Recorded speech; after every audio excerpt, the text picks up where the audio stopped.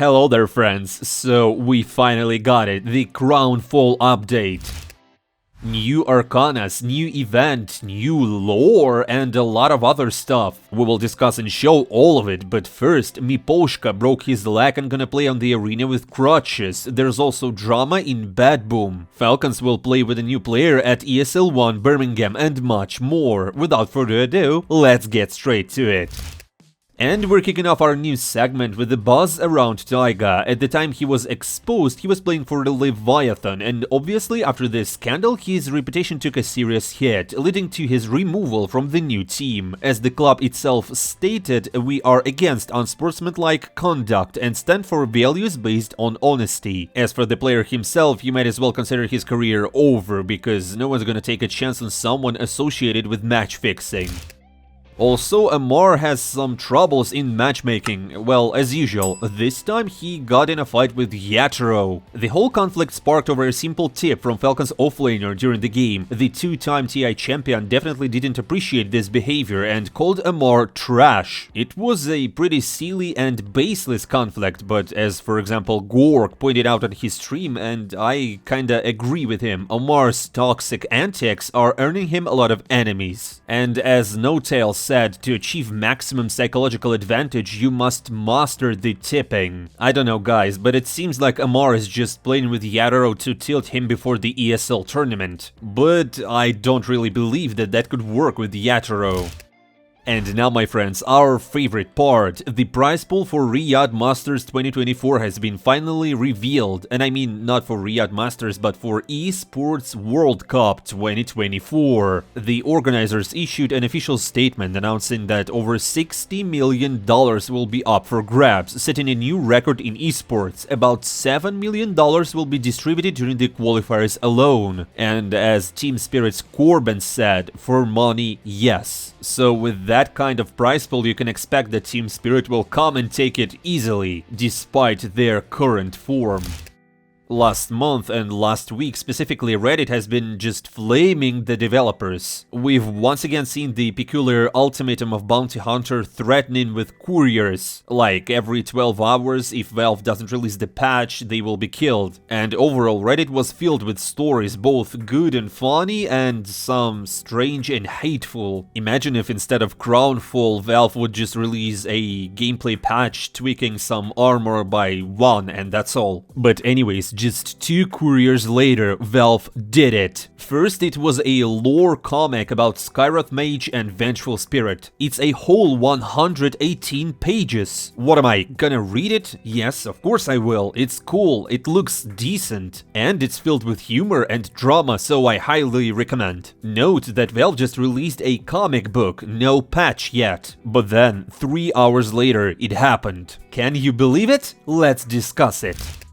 Starting with the most exciting part, the 2 Arcanas for Skywrath Mage and Vengeful Spirit, which were actually planned to release back in 2021 and 2022, but it seems like a couple of devs didn't have enough solar power to get it done. These just look stunning, and I personally really like Vengeful Spirit's Arcana. I think many will agree, she's just gorgeous. The first style, the original one, is cool, it's great, it's visualized, it's detailed, it has a vibe and all that, it's just great. The second one, not so cool to me personally, because it just looks like Vengeful Spirit but remodeled. But the third one, oh mommy, oh the mother, oh my god. Holy crap! Although you'll have to do a lot of things to unlock it. Valve also brought some new treasure chests, and not only ordinary ones, but ones packed with extras. For example, this one for Mipo, it's just iconic, and it also includes a taunt. And Crystal Maiden's set also comes with an Arcana, and also my personal favorites. For example, Nature's Prophet, who looks like a beetle or a bug of some sort. He's just funny and aggressive. And also, surely, Shadow Shaman, because he looks like he came from a Lovecraft book or something like that. Just decent and spooky. Don't forget to tell me about your favorites in the comments below.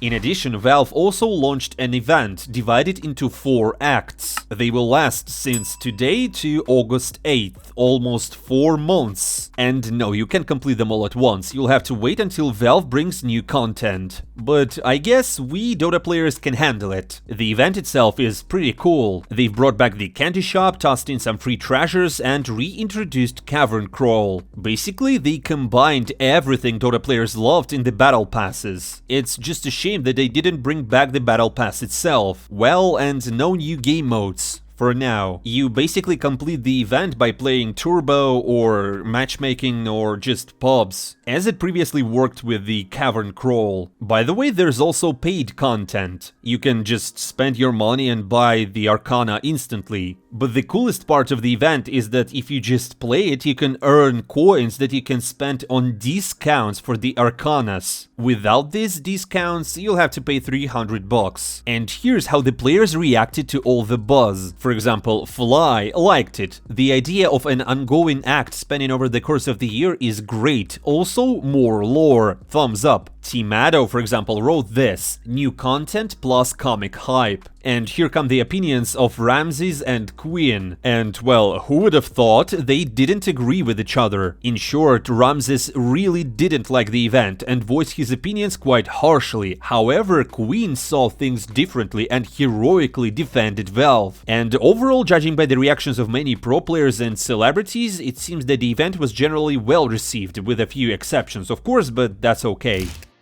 And let's get back to Reddit, where blue-collar workers were offended by Valve once again. There's no balance update, there's no gameplay patch, this event is fraud and all that. Let's just read it. Someone should give Valve advice. Gabe should talk to Taylor Swift on how to create hype without annoying the fans or players. Bro, what Taylor Swift has to do with it? Wait, where's the Ringmaster and the relevant gameplay patch? Writes one of the Redditors. At the time of posting, this was the most popular comment. You wanted a circus, here's your Crownfall, another one replies. And for some it's just sad. Usually I don't complain, but it's absolutely insane that a new hero was announced in October and it's still not in the game. Damn it. Well, yeah, I actually agree, they announced the Ringmaster update like in October or whatever, but it's still not here yet. And there's no gameplay patch. But listen to this, Valve just knows that they don't have to throw all the content they've got in one piece. Because the players, the ordinary players who are not interested in esports, they will just choke on that big chunk of content. And they don't need it. So I kinda understand Valve here, but I still want a new hero and a new gameplay patch. Nevertheless, it's still fun to play. And I already enjoyed some of my games because people are just picking the hell out of it. And they honestly don't know how to play these heroes, so it's just fun, fun, fun. Write in the comments below about your experiences after the patch came out. And now, let's get back to esports news. Next, a former pro player and a well-known Eastern European streamer who is some sort of Gworg but in Russia mentioned on his stream that instead of Laurel, it could have been Malrine in Team Spirit. To put it briefly, at the start of the season, Team Spirit had a choice. They could have picked KiyoTaka or Malrine, who at that time didn't show any strong performances. Or to go with Laurel, who was demonstrating good results with the Hawk on the team. The choice seemed obvious. However, as it turned out, as soon as Laurel joined Spirit, KiyoTaka really came into his own, and now Malrine is shining in Falcons. Yet, none of them have won a TI, whereas the Team Spirit's mid player has managed to do so. The most visa-cursed player in the whole Dota esports, Pure, has managed to get a visa to compete at ESL One Birmingham for Team Tundra. It seems that Tundra's management just learned from Bad Boom's team's previous mistakes and applied for Ivan's visa in advance. By the way, speaking about Bad Boom, Toronto Tokyo and his friends got their visas to UK. They smoothly handled all the paperwork and will be soon playing the pubs from the United Kingdom. But meanwhile, it seems that Malrine, the mid player for Falcons that we mentioned above, will not travel with the team to the UK. Apparently, he had some visa issues. And you know what, my friends? Sumail will be his replacement. It's unclear though how he will fit into the team, and whether he has the skills needed to compete at a tier 1 level at the moment, because he was in Nigma and Nigma just didn't play. It could be kinda hard to jump from the lower tier tournaments to one of the main events of the year. Guys, I also wanted to show you this funny bug from Dota, which is still hilariously and supposedly in beta. In short, this guy's PC just shuts down every time the Radiant's Ancient falls. It's unclear whether the problem is with his PC or if Valve has again messed up something with the game files and the code. Either way, it's just fun, until it happens to me, so I hope it will not. And you know what, my friends, a legendary event is about to happen, 1 billion games played as Pudge. Just think about how huge that is. We're only a few games away from making history, so let's roll out our Pudges in pubs and hit that milestone together.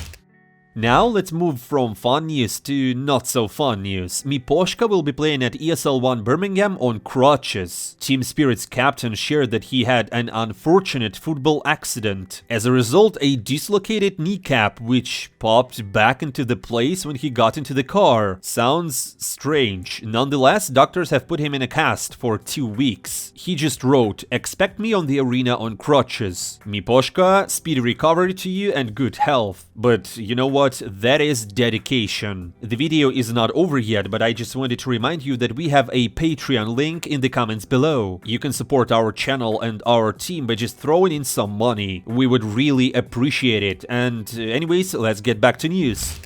Falcons have finally lost a tournament, and who have defeated them? Team Liquid or Gladiators? No, it was Ammar. In fact, at this tournament, Chinese teams took both first and third places. So maybe we're back into the Chinese era again. It's unclear what exactly went wrong for Falcons. Some believe that Skitter is to blame. Others think that Extreme Gaming simply figured out how to counter them effectively and were just better. Interestingly, after they lost in the finals, the offlaner of the team, Ammar, changed his nickname to Professional Clown. And XinQ decided to stir up some nostalgia among veteran players by suggesting to return the old Techies to the game. Bros, if you remember the times, hit the like button, but when I do, it's just like Vietnam flashbacks. Mine's everywhere. You're scared to move, even on your high ground. I do not want that hero to return, and maybe Valve also you can nerf Tinker. Thank you. And on that scary note, we will end the video. Thank you, my dear friends, for watching it. I hope that you enjoyed this episode, so don't forget to like, subscribe, and leave your comments below. I'm not saying goodbye for a long time. See you soon.